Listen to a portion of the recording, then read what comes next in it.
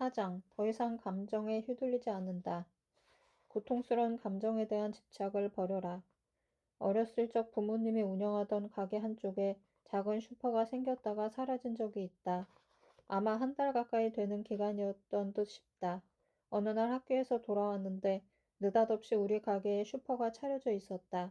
갑자기 눈이 휘둥그레지며 엄청 신났다. 왠지 진열대에 차려진 과자를 마음껏 먹어도 될 것만 같은 착각 때문이었을 것이다. 군것질이 부족한 형편도 아니었다. 먹고 싶다고 말하면 얼마든지 사줄 형편이었는데도 괜스레 그런 마음이 들었다. 아마 어린 마음에 그저 알록달록 화려하게 진열된 과자 봉지들이 마음을 들뜨게 했나 보다. 어렸을 때 일이라 우리 집에 슈퍼가 차려진 자세한 이유는 기억나지 않는다. 아마도 아집 가게가 잠시 공사를 하게 되어 우리 가게에 몇 주 머물다 간 듯 싶다. 그 당시에 나는 가게 바로 옆에 붙어있는 쪽방에서 잤는데 책을 무지 좋아해서 밤늦도록 책을 읽곤 했다. 그런데 어느 날 밤 가게에 있는 땅콩이 먹고 싶었다. 평소에 잘 먹지도 않고 지금도 그다지 좋아하지 않는 땅콩이 왜 갑자기 먹고 싶었는지 모르겠다. 술안주용으로 파는 땅콩이었으니 한 봉지 안에 20알쯤 들어있었을까? 많지도 않은 양이었다. 깜깜하게 불이 꺼져 있는 가게의 방문을 열고 살금살금 나가서 한 봉지를 가져다 먹었다. 그러고 며칠이 지나서 또 한 번, 아마 서너 차례 가져다 먹은 듯 싶다. 그냥 먹고 싶다고 말하면 엄마가 사줄 텐데 왜 그랬을까? 지금 당장 먹고 싶기는 한데 밤이 깊어 잠들어 버린 엄마를 깨우면 혼날까봐 그랬을 것이다. 다음날 이야기를 하자니 몰래 훔쳐먹은 게 들킬까봐 내키지 않았다. 그런데 그 몇 번의 행동이 거의 40년이 지난 지금까지도 내 마음속에 불편함으로 남아있다. 그렇게 오랫동안 그로 인한 죄책감에 찝찝해할 것을 알았다면 절대 그러지 않았을 것이다. 곰곰이 생각해보면 왜 그리 오랫동안 그 문제가 내 머릿속에 죄책감이라는 이름으로 남아서 나를 괴롭혔는지 모르겠다. 사실 어렸을 때 이웃집에 땅콩 몇 봉지 먹은 게 뭐 그리 오랫동안 가슴에 담아두고 죄책감을 느낄 일인가. 그런데 우리는 아주 어렸을 때부터 남의 것을 말없이 훔치면 나쁜 짓이라는 교육을 받으며 자란다. 물론 남의 것을 훔치는 건 하지 말아야 할 일이다. 하지만 땅콩 몇 알 때문에 그리 오랫동안 생각하며 마음 불편해하는 것도 바람직한 일은 아니다. 사람이라면 당연히 죄책감을 느껴야 할 중대한 일도 분명히 있다. 하지만 불필요한 죄책감은 사람을 힘들고 고통스럽게 한다. 우리 사회는 아주 어렸을 때부터 죄책감을 가질 수밖에 없도록 아이들을 교육한다. 사실 아이들이 자라면서 아주 사소한 것이라도 남의 물건에 전혀 손대지 않고 자라기가 어디 쉬운 일이던가. 알게 모르게 많은 아이들이 그런 경험을 하면서 자라난다. 그런데 호기심이나 장난 같았던 그 사소한 일에 너무 오랜 기간 심리적으로 편치 않음을 느낀다. 거짓말하지 말라고 배우며 자라지만 살면서 거짓말 한번 안 하고 살기가 어디 가능한 일이던가. 그것이 선의의 거짓말이든 순간의 곤란함을 모면하기 위한 방책이든 싫음을 거절하기 위한 수단이든 우리는 소소한 거짓말을 하며 산다. 또 우리는 가족을 사랑하고 친구를 사랑하고 이웃을 사랑하며 살아야 한다고 배우며 자란다. 하지만 살다 보면 어떻게 매 순간 모든 사람을 사랑하며 살아갈 수 있을까? 불가능하다. 처음부터 실현 불가능한 규율을 교육받은 어린아이는 성장하면서 자신은 그런 사람이 될 수 없음을 깨닫게 된다. 그렇게 살아야 하는데 자신은 그렇게 살아지지가 않는다. 그렇게 살아야만 한다는 당위성과 자신은 그럴 수 없다는 현실 사이에서 죄책감을 가지게 되는 것이다. 살다 보면 때론 부모를 사랑할 수 없는 순간도 오고 친구를 사랑할 수 없는 순간도 온다. 연인이나 배우자를 사랑할 수 없는 순간도 온다. 이러한 감정의 변화는 자연스러운 삶의 한 부분이다. 그 자연스러움을 허용하지 않음으로써 죄책감을 느끼게 되고 괴로워한다. 또 우리를 힘들게 하는 감정으로 미움이 있다. 누군가를 미워해 본 적이 있는가? 미움은 왜 생기는 것일까? 물론 어느 순간 미워하게 된 계기가 있었을 것이다. 하지만 미움이 오래가다 보면 미워하기 때문에 더 미워지는 감정의 증폭 현상을 경험하게 된다. 똑같은 행동이라도 다른 사람이 아닌 그 사람이 하기 때문에 미운 일도 있다. 왜 그럴까? 그 사람이 싫기 때문이다. 그럼 왜 싫을까? 물론 유난히 얌체 같은 행동을 하거나 얄미운 행동을 해서 싫은 경우도 있다. 하지만 그런 구체적인 이유 없이 그냥 싫은 경우도 있다. 미운 행동을 해서 미운 것은 이해할 수 있다. 그런데 아무 이유 없이 미운 것은 왜일까? 내 안에 존재하지만 결코 인정하고 싶지 않은 나의 한 부분을 상대에게서 볼 때 우리는 상대를 싫어한다. 내 안에 있는 싫은 모습을 보고 싶지 않은 것이다. 마치 거울에 비춰진 못난 나를 보면 짜증이 나듯이 싫은 것이다. 우리는 흔히 비열함이나 비겁함, 겉다르고 속다른 행동, 지나치게 이기적인 행동을 보이는 사람을 싫어한다. 그러면서 나는 그렇지 않다고 자부한다. 하지만 좀 더 깊이 생각해보라. 내 안에 그런 속성들이 1%도 존재하지 않는다면 그러한 속성을 싫어할 수 없다. 왜냐하면 인간은 전혀 알지 못하는 것을 싫어할 수 없기 때문이다. 그러한 속성을 싫어할 수 있다는 건 그것이 어떤 감정이고 무엇인지 알기 때문이다. 결국 내 안에도 그러한 속성이 존재하기 때문이다. 단지 내 안에 존재하는 그러한 속성들을 좋아하지 않으며 인정하고 싶지 않을 뿐이다. 또다시 이런 감정이 올라올 때, 그래서 누군가가 미워지고 싫어질 때 거부하지 말고 인정해보라. 내 안에도 이런 속성들이 있음을 인정하고 깊은 이해와 연민을 느껴보라. 미움과 싫음으로 가는 에너지가 한결 줄어든다. 집착도 자신을 참 고통스럽게 하는 감정이다. 물건에 대한 집착도 있고 연인이나 배우자, 자녀에 대한 것처럼 사람에 대한 집착도 있다. 사람에 대한 집착은 본인뿐만 아니라 상대방도 아주 힘들게 한다. 가끔 뉴스에 이별을 통보한 연인에게 돌이킬 수 없는 일을 저지르는 경우가 심심치 않게 보도된다. 자녀에 대한 집착도 잘 점검해야 할 대상이다. 요즘은 지나치게 자녀의 뒷바라지에 열심인 엄마들이 많다. 열심과 집착을 구분할 수 있어야 한다. 분명히 집착인데 본인은 열심이라고 착각하는 경우가 있다. 열심과 집착을 구분할 수 있는 기준은 무엇일까? 예를 들어 자녀가 어떤 대회나 시험을 준비하고 있다고 치자. 성심껏 부모가 뒷바라지했는데 시험 결과는 불합격이다. 부모가 기대하고 원했던 결과가 나오지 않았을 때 좀 아쉽기는 하지만 아이를 위로하고 격려하며 지나갈 수 있다면 순수한 열심이다. 하지만 부모가 너무 속상해서 머리 싸매고 드러누울 상황이면 집착이다. 이처럼 마음을 고통스럽게 하는 감정들에는 여러 가지가 있다.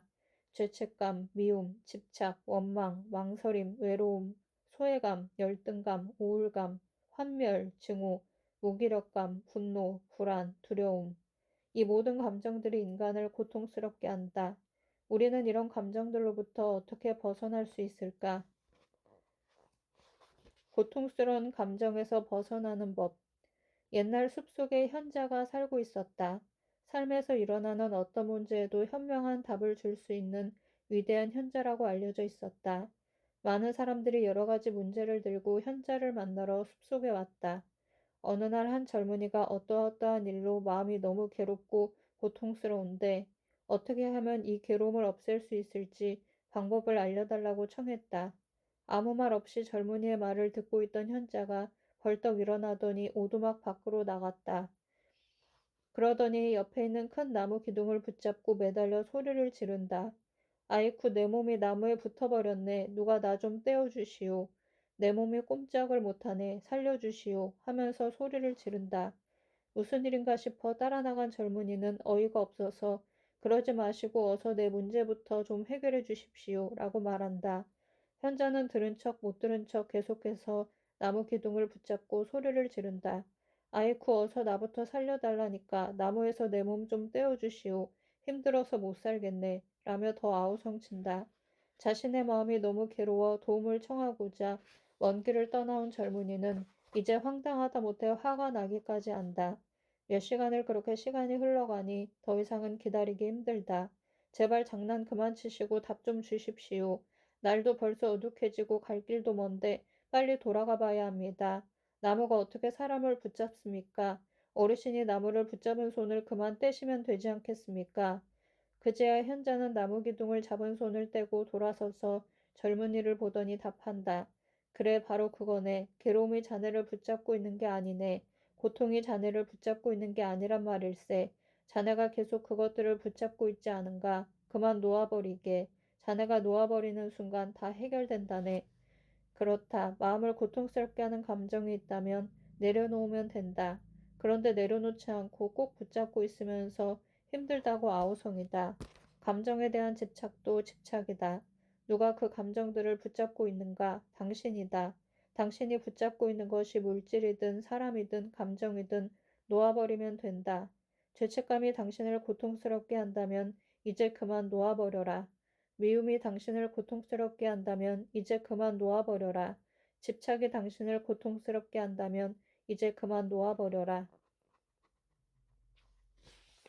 나와 감정은 별개. 사회적으로 묻지마 폭력이 이슈가 되고 있다. 피해자와 가해자 사이에 어떤 인과관계가 있다면 그나마 상황이 이해가 된다. 그러나 때로는 아무런 인과관계 없이 어느 날 갑자기 사건이 일어난다. 당하는 사람의 입장에서는 그야말로 마른 하늘의 날벼락이다. 그 피해가 수습 가능한 것이라면 그나마 다행이다. 하지만 수습이 안 되는 경우도 많아 보는 이들의 마음을 아프게 한다. 가해자들에게 왜 그런 행동을 했느냐고 물어보면 명확한 이유를 말하는 사람도 있지만 그렇지 못한 경우도 많다. 이때 번번이 하는 대답이 그냥 화가 나서 나도 모르게 그랬다 라는 것이다. 나도 모르게라는 말은 내가 감정을 지배하지 못하고 감정이 나를 지배하고 있다는 뜻이다. 흔히 감정의 주인이 되라고 말하지만 쉽지 않은 일이다. 감정의 주인이 된다는 것은 자신의 내면에서 일어나는 감정에 대해 그 배경과 뿌리를 이해하고 그 감정에 대한 선택과 결과에 책임을 진다는 것이다. 많은 사람들이 순간적으로 불같이 화를 내고는 나도 모르게 그랬다라는 말과 함께 후회를 한다. 가끔은 이웃 간에도 이런 충돌이 일어난다. 동료나 친구 사이에서도 일어나는 일이다. 부부싸움에서도 그렇다. 남편이 아내에게 혹은 아내가 남편에게 폭발하듯 화를 쏟아부은 후 나도 모르게 그랬다고 말한다. 특히나 많은 부모들이 아이에게 화를 내고는 나도 모르게라는 말과 함께 후회와 자책을 반복한다. 아이에게 누구보다 좋은 부모가 되어주고 싶은데 생각처럼 잘 되지 않으니 자신이 못나 보인다. 아이에게 미안해진다. 스스로를 자책하게 된다. 이제 그러지 말아야지 생각하지만 비슷한 상황이 닥치면 마찬가지 반응을 보인다. 내가 감정을 지배하는 게 아니라 감정이 나를 지배하기 때문이다.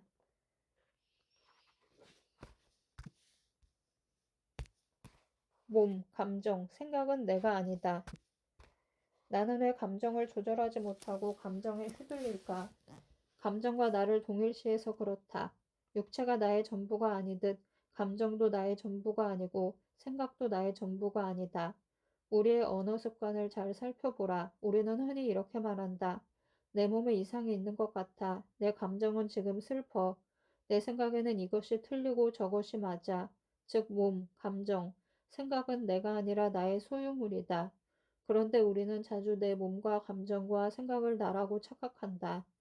비유하자면 몸은 외투, 감정은 티셔츠, 생각은 속옷이라고 할 수 있겠다.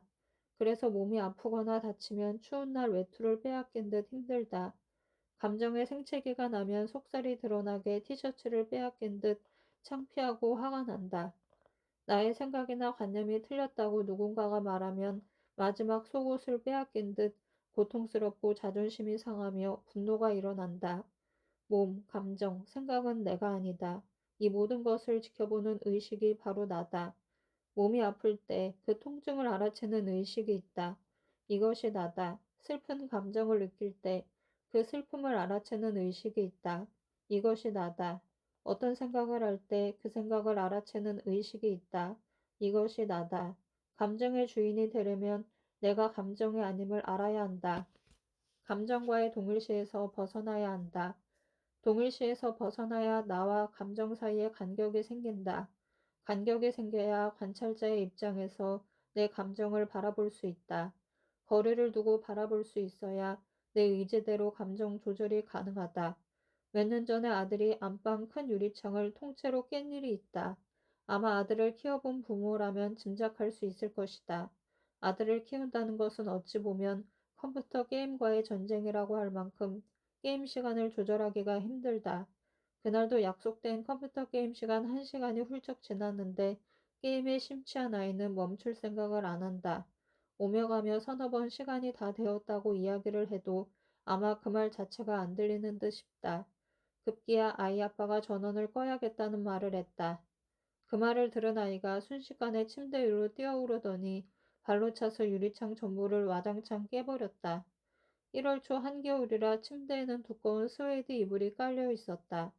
큰 유리창 3개가 와르르 무너졌으니 유리 파편 하나하나가 부드러운 스웨이드 이불 한 올 한 올에 다 박혔다. 이불만이 아니라 침대 커버랑 패드까지 도저히 세탁으로는 해결할 수 없는 지경이라 모두 버려야만 했다. 아이 발에서는 피가 철철 흐르고 밤 12시가 다 되어가는 시간이라 아래층 사람들도 신경 쓰였다. 아이가 엄청난 분노로 폭발하자 아이 아빠도 걷잡을 수 없이 화를 냈다. 그런데 신기하게도 내 마음은 흥분하지 않고 차분하게 가라앉았다. 오랜 마음 공부 덕분이었다. 흥분하지 않고 차분하게 상황을 볼 여유가 있었다. 먼저 다친 아이의 발 상태부터 살폈다. 다행히 위험한 수준은 아니었다. 일단 아이와 아빠 둘 다 흥분을 가라앉히라고 다독였다. 그 후 아이의 발을 흐르는 물에 씻기고 약을 발랐다. 그런 다음 한겨울 매서운 바람이 불고 있어 유리창 문제를 해결해야 했다. 너무 늦은 시간이지만 혹시나 전화를 받는 곳이 있는지 유리창 업체에 전화를 돌렸다. 다행히 연락이 닿는 곳이 있어서 밤 1시에 새 유리창을 교체해 주었다. 그토록 늦은 시간에 와주다니 참 감사한 일이었다. 아이의 흥분과 분노는 가라앉았지만 이제 책임 문제를 이야기할 시간이었다. 어느 정도 수준에서 아이가 자신의 행동에 책임을 지게 할지 그 기준을 적절하게 잡아줘야 한다. 너무 가벼워도 안 되고 너무 무거워도 안 된다. 바꾸어 말하면 아이가 져야 할 책임을 부모가 모두 해결해줘서는 안 된다. 또 아이가 그 나이에 감당할 수 없는 책임을 무리하게 요구해서도 안 된다. 마음을 가라앉혀 얼마간의 시간이 지난 후 아이와 대화를 나눴다. 일단 깨진 유리창을 치우는 일은 아이가 하기에는 다칠 우려가 있어 아빠와 내가 해주기로 했다. 그 다음에 버리고 새로 구입해야 할 이불값을 아이의 통장에 모아둔 용돈으로 지불하기로 했다. 그리고 컴퓨터 게임을 1년 동안 중단하는 것으로 사건은 마무리됐다. 아이는 자신의 약속을 잘 지켰고 그 후로 많이 안정되고 성장했다. 아이를 훈육할 때 중요한 것은 부모가 가져야 할 태도이다. 대개의 부모들이 처음에는 아이를 훈육할 목적으로 타이르다가 어느 순간 본래의 목적을 잊어버린다.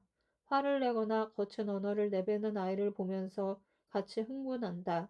애초 훈육의 목적을 기억하지 못하고 이기고자 하는 감정 대립으로 치닫는다. 아이와의 관계에서 감정이 올라올 때 자신과 아이의 감정을 잘 살펴볼 수 있어야 한다. 처음에는 잘 되지 않을 것이다. 나도 그랬다. 감정에 휩싸이고 폭발한 후에 알아채고 후회했다. 하지만 연습하면 할수록 익숙해진다. 익숙해지면 화가 올라오기 전에 아이의 감정과 내 감정을 바라볼 수 있다. 나와 감정 사이에 간격이 생긴 것이다. 동시에 부모로서 해야 할 역할을 깨닫는다. 아이가 올바르고 행복하게 자랄 수 있도록 적절한 가르침과 도움을 주는 것이다. 이렇게 하다 보면 아이를 타이를 때 더 이상 흥분하거나 화를 내지 않게 된다. 그렇다고 방치하는 것은 아니다. 가르쳐야 할 때는 조용하지만 단호한 목소리로 말하게 된다. 부모의 태도와 에너지가 변하면 아이도 저절로 변한다. 부모가 변하고 자신의 감정을 조절할 수 있는 마음의 힘이 생기면 아이는 본능적으로 부모의 변한 에너지를 느끼게 된다. 그러므로 아이를 변화시키고 싶다면 부모가 먼저 변해야 한다. 남편과의 관계에서도 마찬가지다. 부정적인 감정이 올라오는 순간 자신의 감정을 들여다보라. 궁극적으로 원하는 것이 무엇인가? 감정 대립이 아니라 화목한 관계일 것이다. 이기는 것이 목적이 아니다. 더 좋은 관계를 만들어가는 것이 목적이다. 화가 나는 순간 근본적인 목적을 기억해낼 수 있다면 당신은 올바른 길로 가고 있는 것이다. 친구와의 관계에서도, 동료와의 관계에서도, 이웃과의 관계에서도 마찬가지다.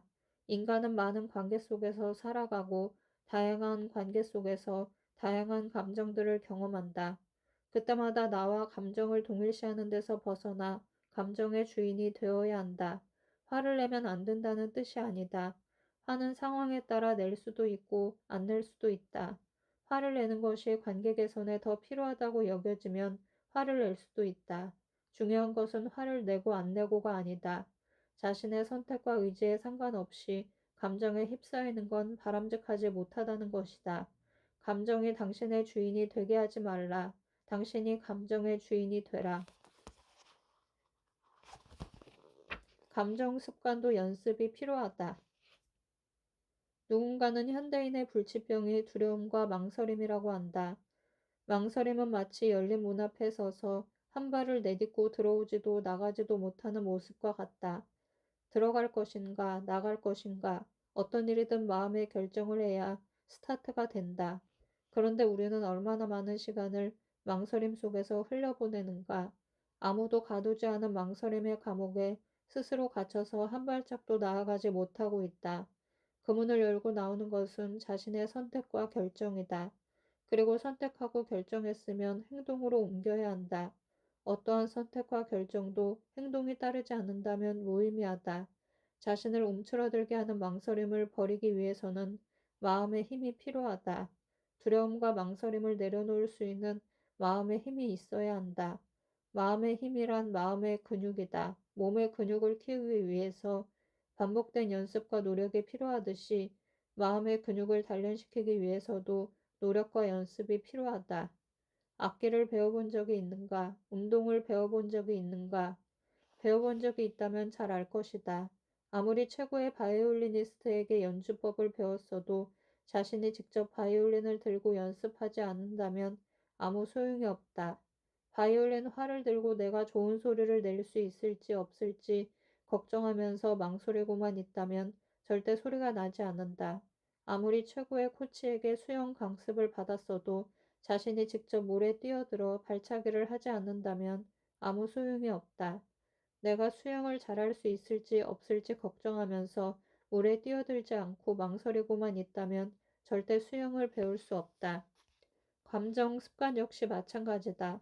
감정이 무엇이고 어떻게 작동하는지 아무리 머리로 이해를 해도 실제로 연습하지 않으면 의미가 없다. 연습은 어떻게 하는 걸까? 모든 연습은 경험을 통해 가능하다. 삶 속에서 일어나는 모든 사건과 상황이 경험이다. 그 모든 경험을 활용하라. 연습의 기본은 반복이다. 습관이 될 때까지 되풀이하는 것이다. 많은 사람들이 두려움과 망설임을 내려놓기 힘들어한다. 나 역시 예전에는 그랬다. 나는 두려움이 많고 걱정이 많은 사람이었다. 그렇게 태어났기 때문이 아니라 그렇게 키워졌기 때문이다. 두려움과 망설임을 극복하는 법. 우리 조상들은 힘든 시대를 살아왔다. 아주 먼 고대로까지 거슬러 올라가지 않더라도 조부모 세대만 하여도 굴곡이 많은 시대를 살았다. 일제 식민지 시대를 거쳐 한국 전쟁을 겪었다. 차마 말로 다 표현하기 힘든 핍박과 동족 상잔의 참담함을 몸소 체험했다. 그 과정 속에서 부모와 형제와 자식을 잃었다. 전쟁과 가난에 대한 두려움은 무의식 깊은 곳까지 속속들이 스며들었다. 이러한 두려움이 사랑을 왜곡시킨다. 사랑은 빛이고 밝음이고 믿음이다. 그런데 두려움을 통과한 사랑은 비틀어지고 왜곡된다. 마치 굴뚝을 통과한 산타클로스의 온몸에 검댕이가 묻은 것처럼 누군가에 대한 사랑이 두려움이란 굴뚝을 통과하면서 걱정과 염려로 변질된다. 그 대상의 자식이라면 증세는 더 심해진다. 걱정과 불안과 노심초사, 망설임과 두려움, 이런 것들이 사랑의 또 다른 이름이 되었다. 사랑의 질량과 걱정의 질량이 비례한다. 사랑의 깊이와 불안의 깊이가 비례한다. 사랑의 무게와 두려움의 무게가 비례한다. 지금 우리는 자녀들에게 자꾸만 내가 가진 부정적 감정 습관들을 물려주려고 한다. 조상들이 조부모에게, 조부모가 부모에게 물려준 부정성을 다음 세대에게 대물림하려고 한다. 왜냐하면 그 대물림의 원인과 패턴을 이해하지 못하고 있기 때문이다. 부모 세대 역시 아무것도 의식하지 못한 채로 조부모가 물려준 부정성을 그대로 답습했다. 그리고 그 부정성을 사랑이란 이름으로 우리 세대에게 물려주었다. 그 부정성 안에 담긴 걱정과 불안, 노심초사와 두려움이 우리의 발목을 족쇄처럼 묶고 있다. 그 감정들은 우리가 무언가를 선택해야 할 순간에 자꾸만 망설이게 한다. 자유롭게 날아오르는 것을 방해한다. 그럼에도 불구하고 우리는 감정의 대물림을 알아채지 못하고 있다. 그리하여 다음 세대에게 그 감정들을 물려주려고 애쓰고 있다. 이해가 필요하다. 우리의 내면에 존재하는 감정들의 근원에 대한 깊은 이해가 필요하다. 그리고 그 부정적 감정 습관들을 다음 세대에게 물려주지 않으려는 자각과 노력이 필요하다. 대물림되고 있는 부정적 감정 습관의 근원을 이해하고 자각했다면 그 다음은 실천하기 위해 엄청난 용기가 필요하다. 왜냐하면 아직 우리 사회 곳곳에서 이러한 분위기가 무르익지 않았기 때문이다. 사회 전체가 한 방향으로 나아갈 때 그 무리와 함께 움직이는 것은 쉽다. 하지만 사회 전체의 분위기와 다르게 움직이고자 할 때는 더욱 큰 용기가 필요하다. 그래서 제대로 된 이해와 충분한 이해가 필요하다. 제대로 충분히 이해했다면 당신은 망설임을 떨쳐버리고 신념에 따라 행동할 수 있을 것이다. 자신이 옳다고 믿는 길을 따라 망설임 없이 나아갈 수 있을 것이다. 먼저 당신 내면의 부정성을 긍정성으로 바꾸는 연습을 하라. 내면에서 불안과 두려움이 올라올 때 그 감정의 원인을 이해하는 연습을 반복하라. 불안과 두려움과 걱정과 노심초사를 자꾸만 내려놓는 연습을 하라. 연습을 반복하다 보면 어느 순간 자연스러워질 것이다. 당신의 내면에서 더 이상 불안과 두려움이 올라오지 않는다면 자연스럽게 당신은 타인에게도 불안과 두려움을 내비치지 않을 것이다. 인간은 자신에게 없는 것을 상대에게 줄 수 없다. 당신의 내면에 더 이상 두려움과 불안감이 존재하지 않는다면 당신은 그러한 감정을 누군가에게 줄 수 없다. 그리하면 당신 아이에게도 부정성은 대물림되지 않을 것이다. 당신이 아이에게 더 이상 부정성을 투사하지 않는다면 아이의 내면에서도 불안과 두려움은 사라질 것이다. 불안과 두려움이 사라지는 순간 수많은 망설임들도 사라질 것이다. 당신은 더 쉽게 무언가를 선택하고 결정할 수 있는 마음의 힘이 생길 것이다. 자신의 선택과 결정을 신뢰할 수 있는 마음의 힘이 드러날 것이다. 그리하여 당신은 드디어 당신의 선택과 결정에 따라 실천할 수 있는 용기와 의지를 낼 수 있을 것이다. 이것이 당신이 감정으로부터의 자유를 획득하는 방법이다. 또 당신의 아이가 불안과 두려움을 떨쳐버리고 자유롭게 살 수 있게 하는 방법이다. 첫걸음은 힘들 수 있다. 첫걸음에는 더 많은 용기와 의지가 필요할 수도 있다. 하지만 꾸준히 연습한다면 당신은 목적지에 도착할 수 있을 것이다.